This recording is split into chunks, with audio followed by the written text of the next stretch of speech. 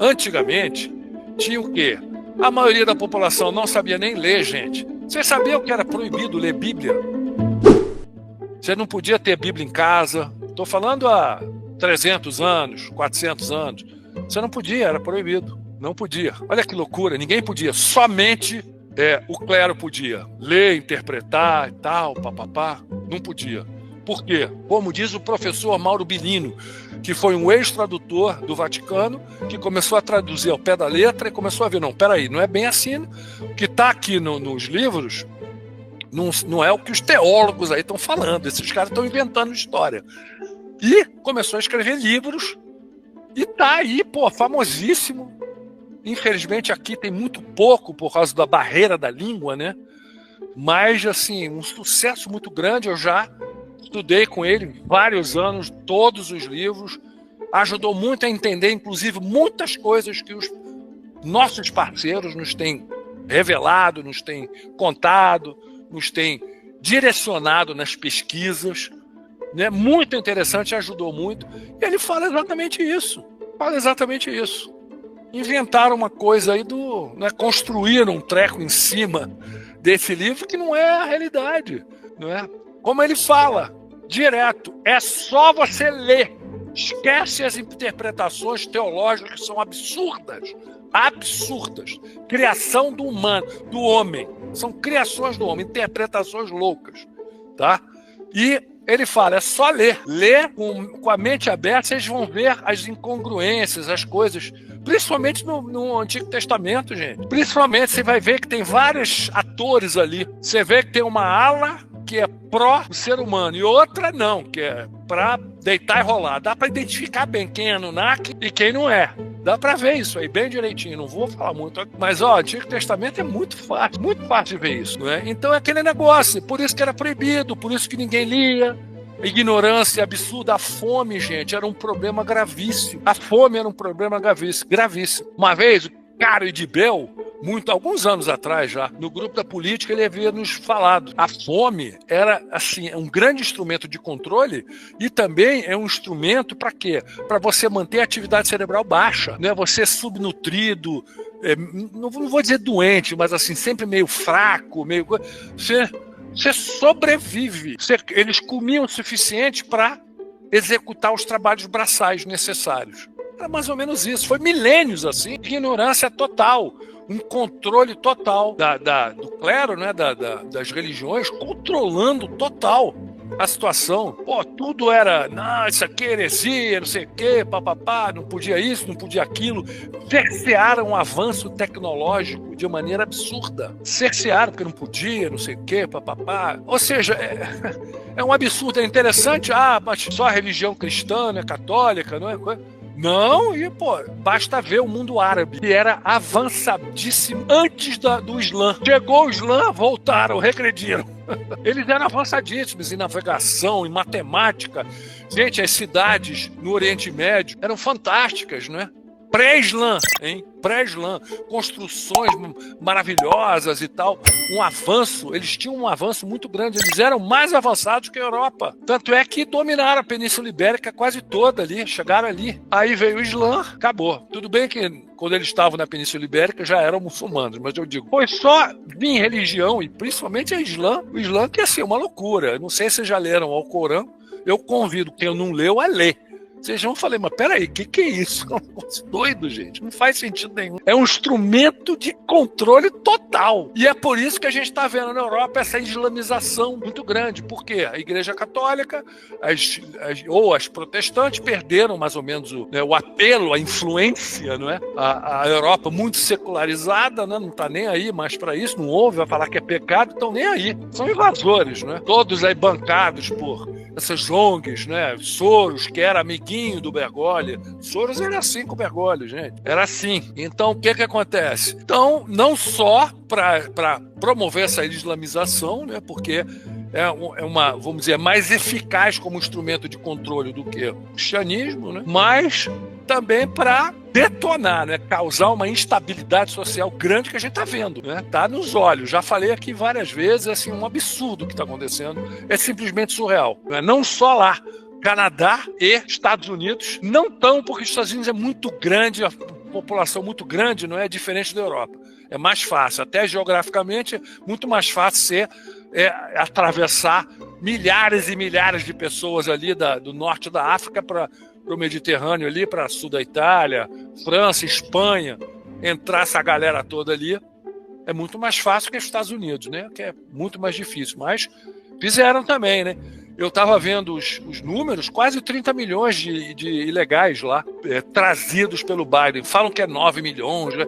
30, gente, os números reais. Foi uma literal invasão mesmo para desestabilizar, para tentar fazer nos Estados Unidos o que estão conseguindo na Europa. Isso é tudo instrumento, gente, de controle, isso daí. Tudo instrumento para promover o caos, confusão, para promover um monte de doideira.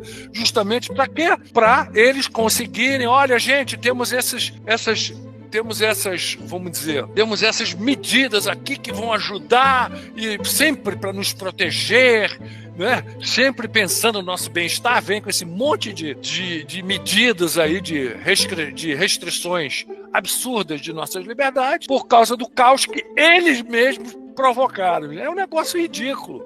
Tá ridículo. Eu não sei, às vezes eu fico, pô, será que eu que estou ficando maluco? Porque para mim está muito claro, está muito claro, cristalino, ver tudo isso acontecendo. Né? E ultimamente, vendo né, esse teatro todo dessa semana aí, com esse papo aí, ai, não sei o que, papapá, achei até interessante, porque eu acho que ou semana passada, ou na retrasada, eu estava falando de, como é que chama? Dos artefatos, não é? Dos obeliscos que a gente teve em Roma, não é? Vendo os obeliscos e tal. Olha aí, gente. É para isso aqui, ó. Olha aí. Cheio de gente aqui na cerimônia e o povão. Olha aqui o obeliscão lá, Anunnaki. Esse aqui veio do Egito, esse aqui é egípcio. Tá lá modulando as frequências, deixando todo mundo, os canais cerebrais, não é? Detonados, abaixando a frequência cerebral. Tá aqui o clero todo, aqui atrás o povão. E no lado esquerdo, as lideranças. Né? Na celebração aqui, ou seja, é surreal, gente. Olha isso. Daí quem que vai achar, né? Olha quanta gente. Olha aqui. Quem que vai achar, né, que se trata de ferramentas de uma tecnologia desconhecida, né? Olha aí, a liderança todinha aqui, inclusive o cachaceiro tá aqui, foi lá, óbvio, amiguinho, né? Porque esse cara, esse Bergoglio, progressista, amiguinho dos Castro de Cuba, amiguinho do ditador venezuelano, né?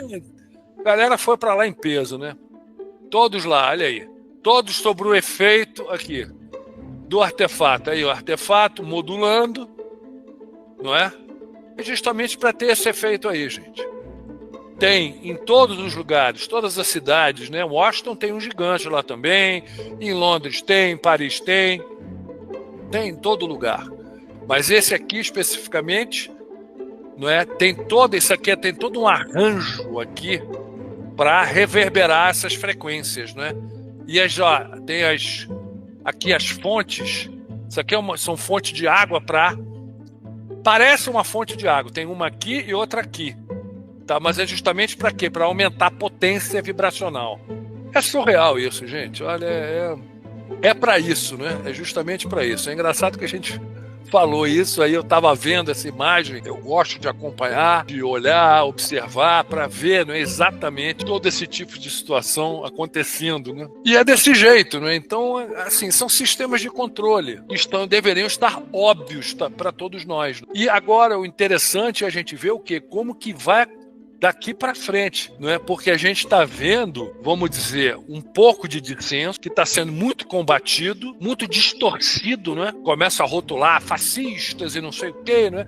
Aqueles que não estão batendo palma para esse teatro de horrores que a gente está vendo. Agora, é interessante vai ver o seguinte: se de fato a população vai conseguir fazer uma massa crítica para botar o pé no chão e falar: não, vocês não vão avançar com essa agenda, não. O interessante é observar isso daí e que medidas esse pessoal vai tomar. Por isso que a gente está de olho nisso daí, nos apagões, derrubar a comunicação, derrubar a internet, censura maior. Já vai chegar um colapso econômico e financeiro para deixar o pessoal desesperado, para poder colocar como boia salva-vidas, esse sistema digitalizado, não é? Moedas digitais programáveis, eles estão cantando essa pedra já há muito tempo, né?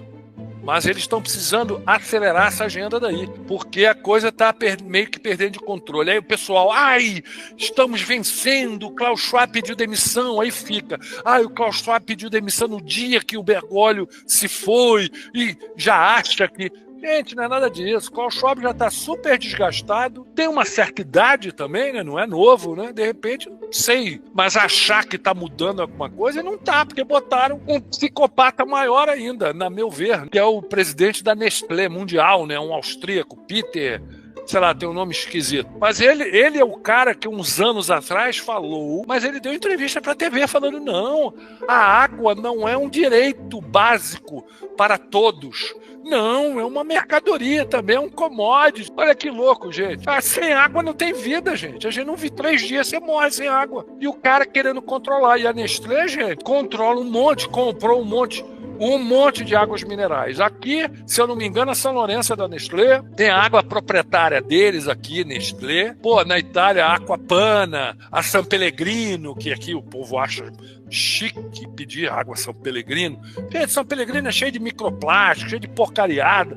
Essa galera tá aí contaminando tudo, gente. A Nestlé é dona, gente. A Nestlé, esses pessoal, não tem compromisso nenhum com a população, com nada. Tá aí para dominar, colocar coisinhas, né, substâncias aí para aumentar o controle, baixar a atividade cerebral. O segredo é esse. Baixar a atividade cerebral. Baixou, a clareza mental fica muito complicada, o pensamento crítico fica, vamos dizer, muito afetado, então você tem mais dificuldade de entender esse jogo todo, né? Até porque é um jogo tão assim doido, entre aspas, foge tanto das narrativas, dos paradigmas oficiais, que muita gente acha, não, isso é impossível, não tem como, até parece. Aí já começa, teoria de conspiração. Gente, todas as teorias ditas de conspiração, nesses últimos anos, têm se revelado fatos. Todas. Até presença extraterrestre. Porque de 2018, 2019 para cá, poxa, o governo americano praticamente está falando que sim, que é uma real, que existe e tal. O grande mídia americana tratando de maneira séria, sem sacanagem, sem brincar. Até aí tudo, gente, está vamos dizer, se provando como fato, se não teoria de conspiração. Isso aí foi um termo criado pela CIA, pela CIA, nos anos 60, né? Para rotular todo o dissenso. Não, teoria da conspiração. É isso aí, gente, tem que cair essa ficha. Aí muita gente fica perguntando, mas e aí, como que a gente vira a mesa? O que a gente pode fazer?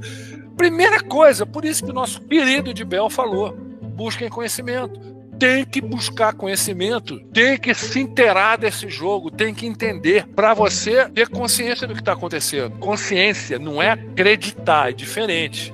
Acreditar é ato de fé, é crença, é fácil de você, né, mexer, não te dá tanta segurança. É nível consciencial, é entendimento, compreensão, que faz dar um clique lá dentro, que você começa a enxergar a coisa de maneira diferente. Isso não quer dizer que você vai sair na rua fazendo confusão. Não é isso não adianta, gente. O monopólio da violência está na mão do Estado, está na mão dessas forças, não tem como. Mas a gente pode o quê?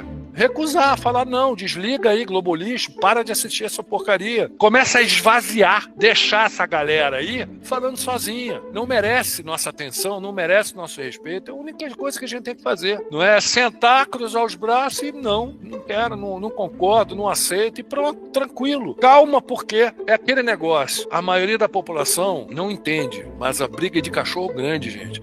Quando eu digo cachorro grande, são um grupo de seres que não são daqui do Primeiro Anel, são os Anunnakis, que instituíram esse sistema de controle aqui no Primeiro Anel. O nosso mundo consolidado, eles já estão aqui há 450 mil anos. Só que, na época antediluviana, tinham outras situações, tinham outros grupos de outros anéis, tinham 7 reinos ligados de 49 raças, era outra situação. Só que após o dilúvio de Noé, após concomitante aconteceu essa guerra dos mundos, né? Ficou os Anunnakis aí. Consolidaram o sistema deles, só eles, e dominam, não tem jeito. Não tem jeito, não tem jeito. Ah, achar que vai mudar.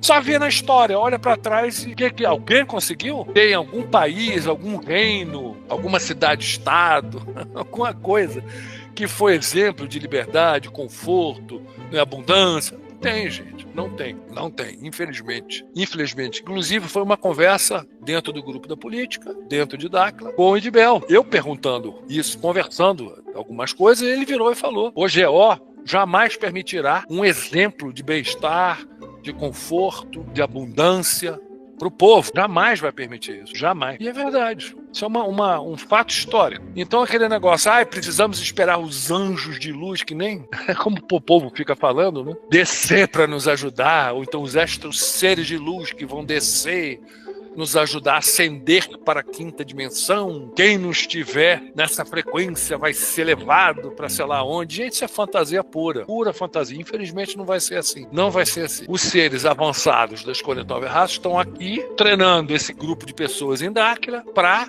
ser, vamos dizer, o braço na terceira dimensão aqui, braço físico e concreto para tentar mexer nas coisas e mudar a situação com o auxílio deles, sim. Mas, de novo, eu sempre falo, a vassoura, quem varre somos nós. Eles dão a vassoura pra gente e dão a bronca no dono, no cara que tá controlando a casa. Eles vão dar a bronca. Mas quem tem que fazer somos nós, gente. Tá bem perto, felizmente. Tá bem perto. Mas a situação é essa, sim.